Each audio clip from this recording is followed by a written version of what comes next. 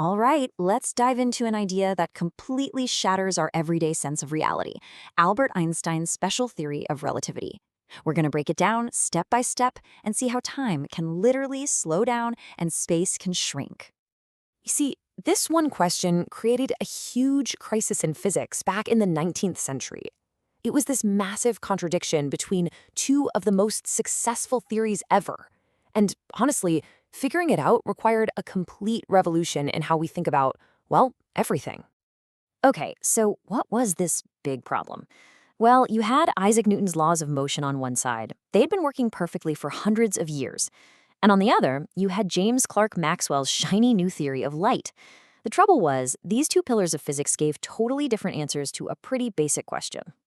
So on the one hand, you've got Newton's view, which is just, common sense, right? If you're on a train going 100 miles an hour and you throw a ball forward, you just add the speeds together. Simple. But then you have Maxwell's equations for light, and they said something totally nuts. They said the speed of light is always the same. It doesn't matter if you're flying toward a light beam in a spaceship or flying away from it, you will always measure its speed as the exact same number. These two ideas just couldn't both be true, or could they? And then, in 1905, this young guy, a 26-year-old patent clerk named Albert Einstein, he comes along with this incredibly bold solution. He just decided, what if they're both right? And he built a whole new way of looking at the universe from just two simple, powerful ideas. Okay, so his two big rules, they seem super simple. First, the laws of physics are the same for everybody who isn't accelerating. And second, the speed of light is the same for everybody, always. Einstein basically said, let's take these two things as absolute truths and just see where the logic takes us. And where it took us was really, really weird. So if we just go ahead and accept those two rules as true, we immediately run into our first really strange consequence. Time itself isn't set in stone. That's right, how fast time flows for you literally depends on how fast you're moving. Yeah, this wild effect has a name, time dilation. It just means that a moving clock actually runs slower than a clock that's standing still.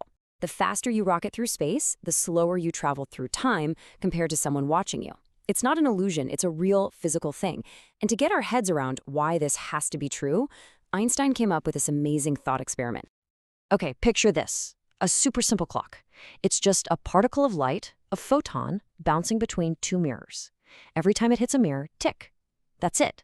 When the clock is just sitting there, the light goes straight up and down. Easy enough, right? But now, watch what happens when we put that clock in motion. From our perspective, just standing still and watching it fly by, that little photon now has to travel a longer diagonal path to catch up with the moving mirrors. And here's the kicker. Remember rule number 2? The speed of light can't change. So if it has to travel a longer distance, but its speed is locked, what has to give? Time. Each tick just has to take longer. The moving clock is literally running slow. And believe it or not, this isn't just some clever theory. This happens all the time. Take these little particles called muons. They're created high up in our atmosphere, and they have this tiny, tiny lifespan, just 2.2 microseconds. They should only be able to travel about 600 meters before they disappear. But we see them down here on the ground. How? Well, they're moving so incredibly fast that from our point of view, their own internal clocks slow to a crawl, giving them way more time to make the trip. But hang on, because the weirdness doesn't stop there. If time can stretch and bend, it turns out that space has to do the same thing. They're connected at the hip. You can't change one without changing the other.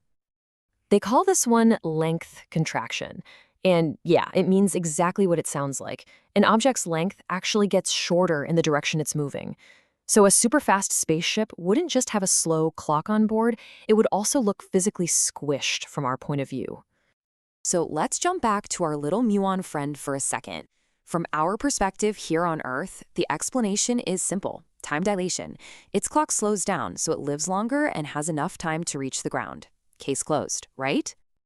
Well, what about from the muon's point of view? And this is where it gets so cool. For the muon, its own clock is ticking just fine, totally normal. So what happens instead?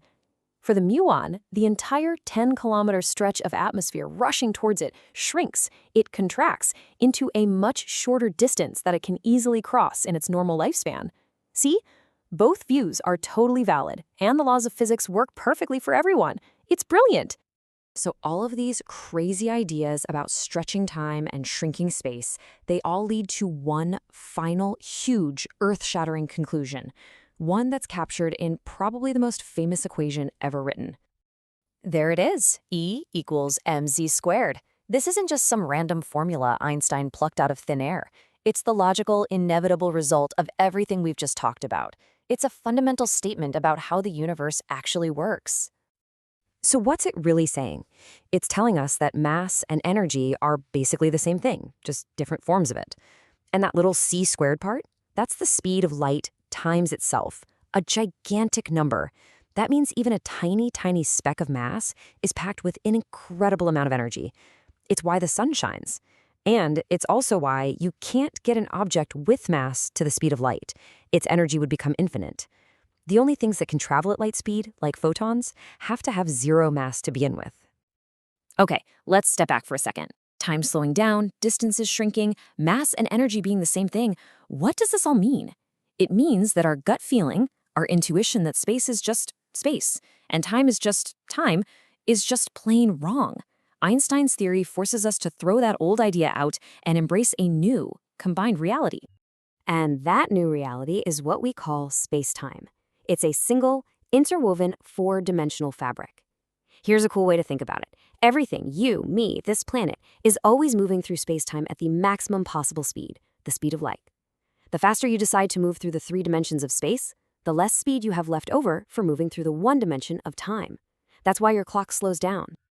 And that kind of leaves us with one last big idea to chew on. In a universe where our yardsticks and our clocks can't be trusted, where distance and time change depending on how you're moving, what's actually real? What's absolute? And what relativity shows us in the most beautiful way is that the one thing that is absolute, the one thing that stays the same for every single person, no matter what, are the laws of physics themselves.